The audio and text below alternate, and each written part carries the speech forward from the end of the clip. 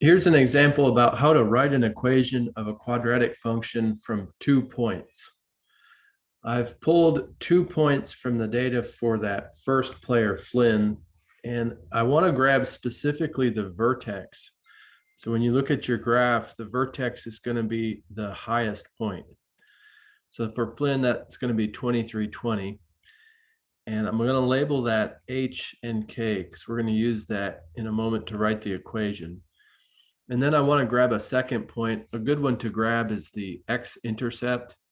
So I know this is the X-intercept because the Y value is 0.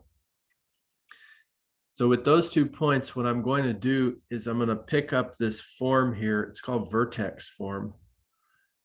And I want to input my H and my K to begin. And where those are coming from are my vertex.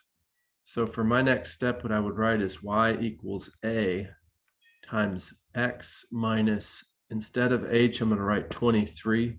That's the x value of the vertex. And then close parentheses squared plus my k value, which is the y value of the vertex. So that's 20. So that equation is going to be complete if I can solve for this coefficient. So that's just a number out front. If I can find a, then I can plug it in and my equation will be complete. So to do that, I need my second point, and I just want to identify it as having an x and a y.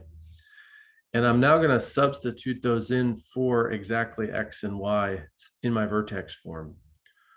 So my next step is going to look like y or 0. So that's from that second point equals a. So I'm trying to solve for a here, times parentheses x, but I'm going to put in 15 from my second point, minus 23. And then I'm going to close parentheses and square and plus 20. So at that point, what I've done is I've substituted in 4 values. Again, just to catch what they were, they're my h and my k, and also from a second point, my x and my y. Now, once I have those numbers in, I want to solve this equation for a. So on the left still, I've just got 0 equals a. I'm going to go ahead and subtract here. So 15 minus 23, that's going to be negative 8. And that's all squared, plus 20. So now I'm ready to square the negative 8. So my next step is going to look like 0 equals a. Negative 8 times negative 8. This will always come out positive. That's going to be 64. And then plus 20. So now I've got 2 steps. I want to subtract the 20 over. It'll cancel on the right side.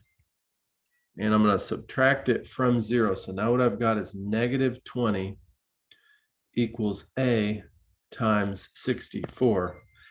And the last thing for me to do to solve for a is to divide by 64. That'll cancel. And on the far left there, what I'm going to get is negative 20 over 64, and I can reduce that down. So what I'm going to do is I'm going to use the calculator to reduce it for me. So negative 20 over 64. I'm going to just go over to Desmos. And I'm just going to type it in, negative 20 over 64.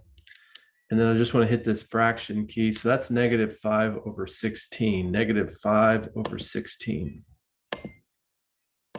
So I do all that to get this value of a.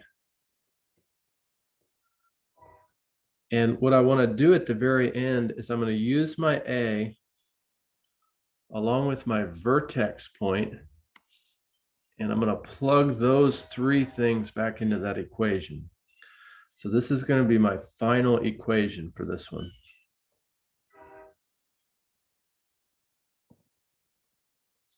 So I'm going to write y equals, instead of a, I'm going to put negative 5 over 16.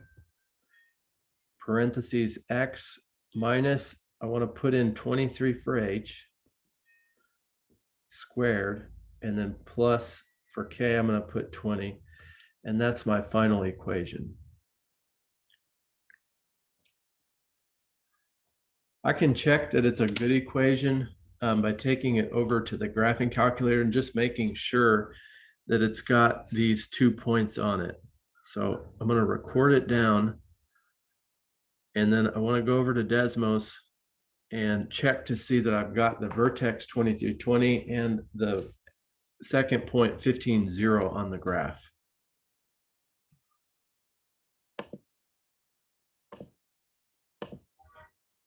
So to do so, I'm just going to write the equation exactly as I recorded it on my notes. So y equals -5 over 16, x minus 23 squared plus 20.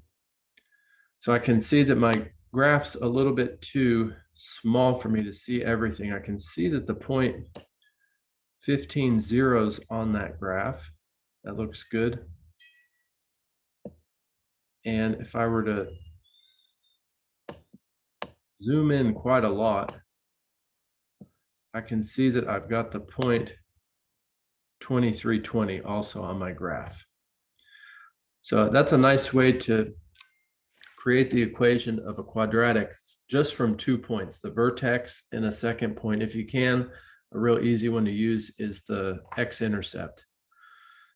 So I'm going to go back to the note screen now that we've checked it. And I just want to write now these 5 things for the analysis: the domain, the range, axis of symmetry, X-intercepts, and Y-intercepts. And where I want to start are the X-intercepts. We had one already. We used it as our second point. So what I'll write here is the first one, 15,0. Now, if you don't have the X-intercepts, what you can do is use your graph. So I'm just going to go back to Desmos very quickly. And I saw 15,0. Once you have your equation, I can see the other one as well. So the other X-intercept is going to be 31, 0.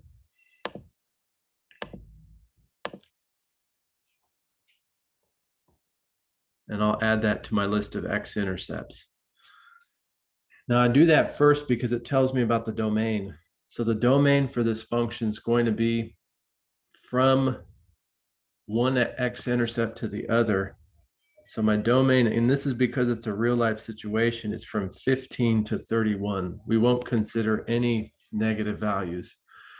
So domain's 15 less than or equal to X less than or equal to 31. So again, I would start with X-intercepts and use that to help write domain. I've left something off here. It's the vertex. And I put that because that would be the way that I would write my range. So we already have our vertex. It's here in the words. It's 2320. So the reason I pulled that one is because the vertex is going to be the highest point on the graph. So for my range, I'm going to go to the y value, and that's going to help me write the range. So it's going to be from 0 less than or equal to y less than or equal to the y value of the vertex, 20. So the domain was going to come from your X-intercepts. The range is going to come from your vertex. And then there's just a couple other things to find. The axis of symmetry is the line that splits the graph into 2. So I'm just kind of looking at this graph up here. That dashed line, that's the axis of symmetry. So it's very easy to find. We use the vertex X value to find it. So I'm going to highlight there, it's 23. So my axis of symmetry is going to be X equals 23. That's the equation of that dotted line that goes through the vertex. And then the last thing for us to find are the y-intercepts. So I'm going to look back on the graph on Desmos where I had my equation plugged in. And I am looking here at the y-axis. There are no y-intercepts for this situation. I'm not considering anything below the x-axis because that would not fit in with the real life situation. So as I head back to notes, just to finalize for this one, I would just say that there's no y-intercepts. So that covers how to write the equation if you've got a vertex and a second point. You're going to use the vertex form, plug in your vertex for HK, plug in your second point for X and Y. And then what you want to do is solve for A. Once you have A, you're going to plug that back into the vertex form along with H and K. I hope this is helpful to you. See you soon.